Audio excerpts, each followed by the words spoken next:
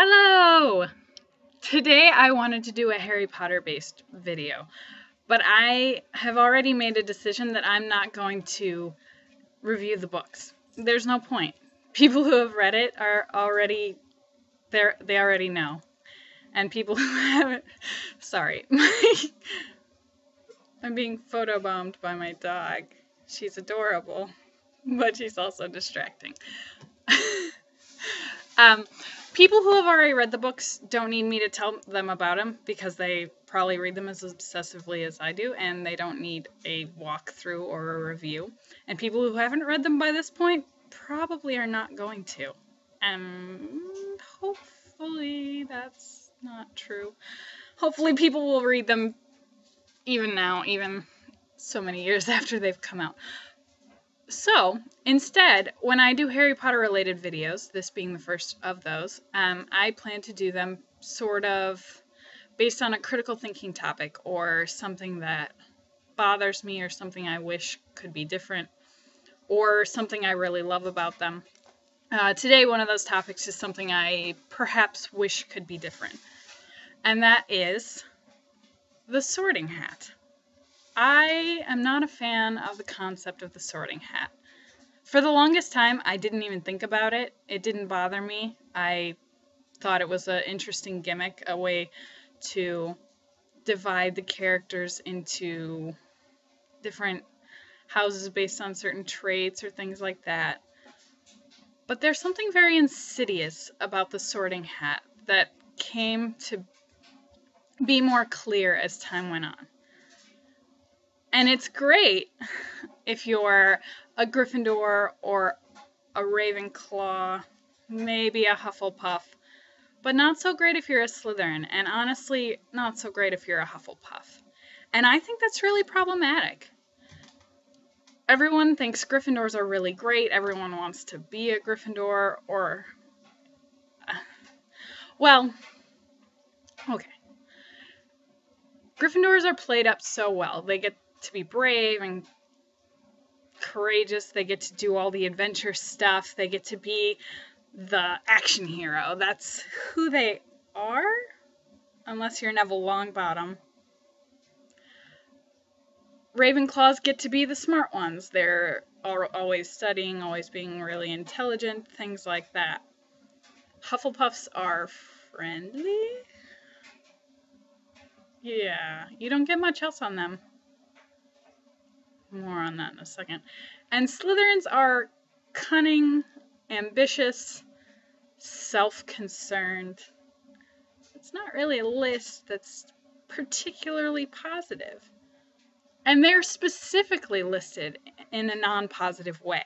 And I think that's sad, because ambition and being cunning, being witty, things like that can be really positive, but you never get Slytherins in the positive light. We really don't even get good guy Slytherins. Slughorn is a coward. Snape is a double agent. I mean, you can say that he's a good guy, but it's really hard to see him that way for the majority of the series, and I think that's another thing that's unfair about it too. But we don't really get an image of a good Slytherin. And I don't want to believe for a second that they're all bad. It can't be true. It can't. The same problem kind of comes in with the Hufflepuffs. They are friendly. That's all you get. They're basically the human equivalent of a yellow lab. And honestly, I think that's great. I have a lot of friends who've taken sorting quizzes and have ended up in Hufflepuff, and they're the best friends that I have. They're really great people. I love them to death, and I'm glad that they are friendly, that their main qualities really are friendship and loyalty and kindness and genuine love of humanity. And that's great, and it's so undervalued in the series. Even it's undervalued by readers. People who read don't want to be Hufflepuffs because there isn't enough of a pull on them. There isn't enough to say, oh, being a Hufflepuff is cool. Except that they have some of the best qualities. They're the only house that's qualities are entirely good. My dog is leaving. Also, sorry if I point the wrong direction. My camera is inverted. So,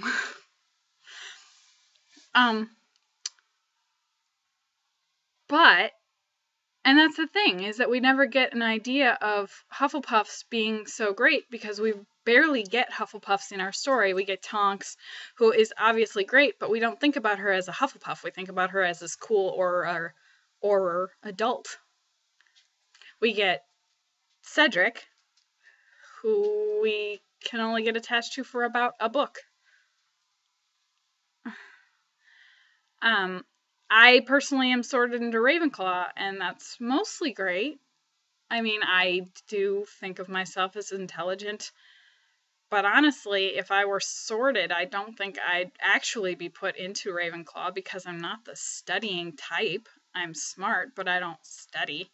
I don't think of schoolwork as something like that. And honestly, if I were actually to be sorted, I would hope to be a Hufflepuff in the sense that I'd want to be with all those great friends. The problem comes in with the fact that this sorting creates division. And it's the central division in a book that preaches caring and love and getting along with other people. But our main trio is all Gryffindors. Neville's a Gryffindor. They have a Ravenclaw friend. Other than Cedric, we don't have a Hufflepuff friend. We have no Slytherin friends. And literally it's just this tiny group of people that we're supposed to think of as good. But you never think about the fact that Gryffindors can also be really rash. They can rush in headlong and be kind of stupid about it. And honestly, I think one of the weakest points of the Harry Potter series is the division caused by the sorting, because it defines these characters. They become their house, and they don't really interact outside of it as much as they should. And this idea that people are inherently a series of characteristics is really problematic.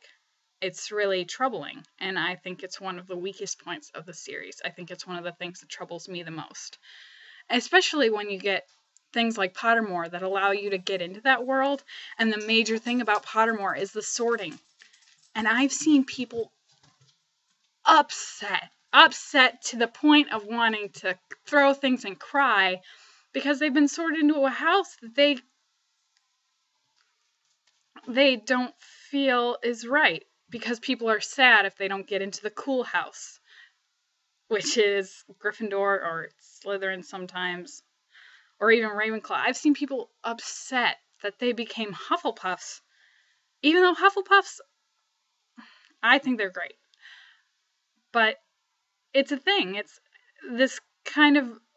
sad that a book that preaches such great togetherness creates this initial and pervading division in its characters and in its world. And I know that is reflective of the real world, but division by characteristics is just so, like, personality characteristics. I think it's the starting point for something entirely else. I understand divisions like the blood purity, because people do that. That's similar to our racial divisions, but personality divisions, it just goes so far.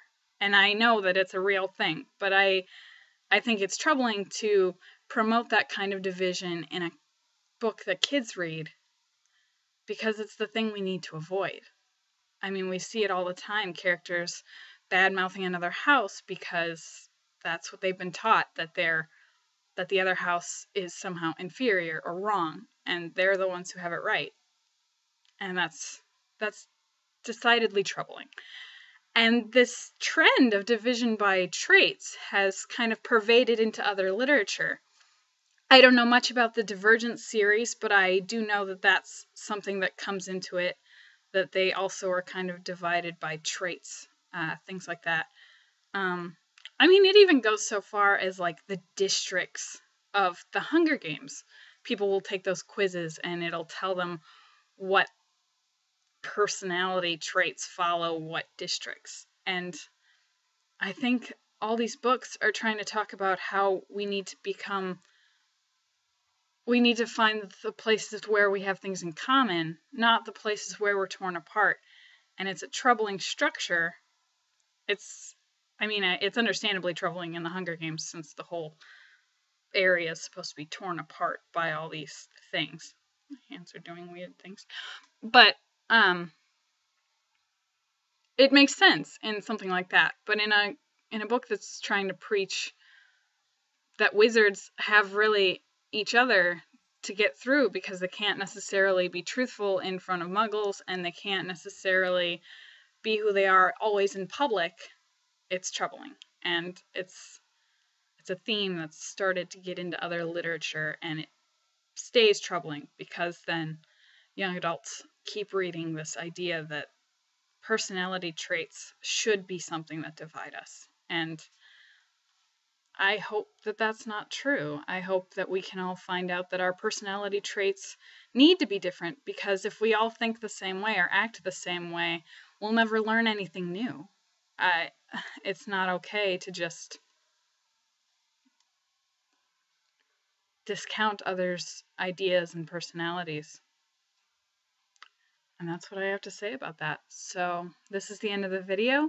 Keep reading. There are many more stories to share.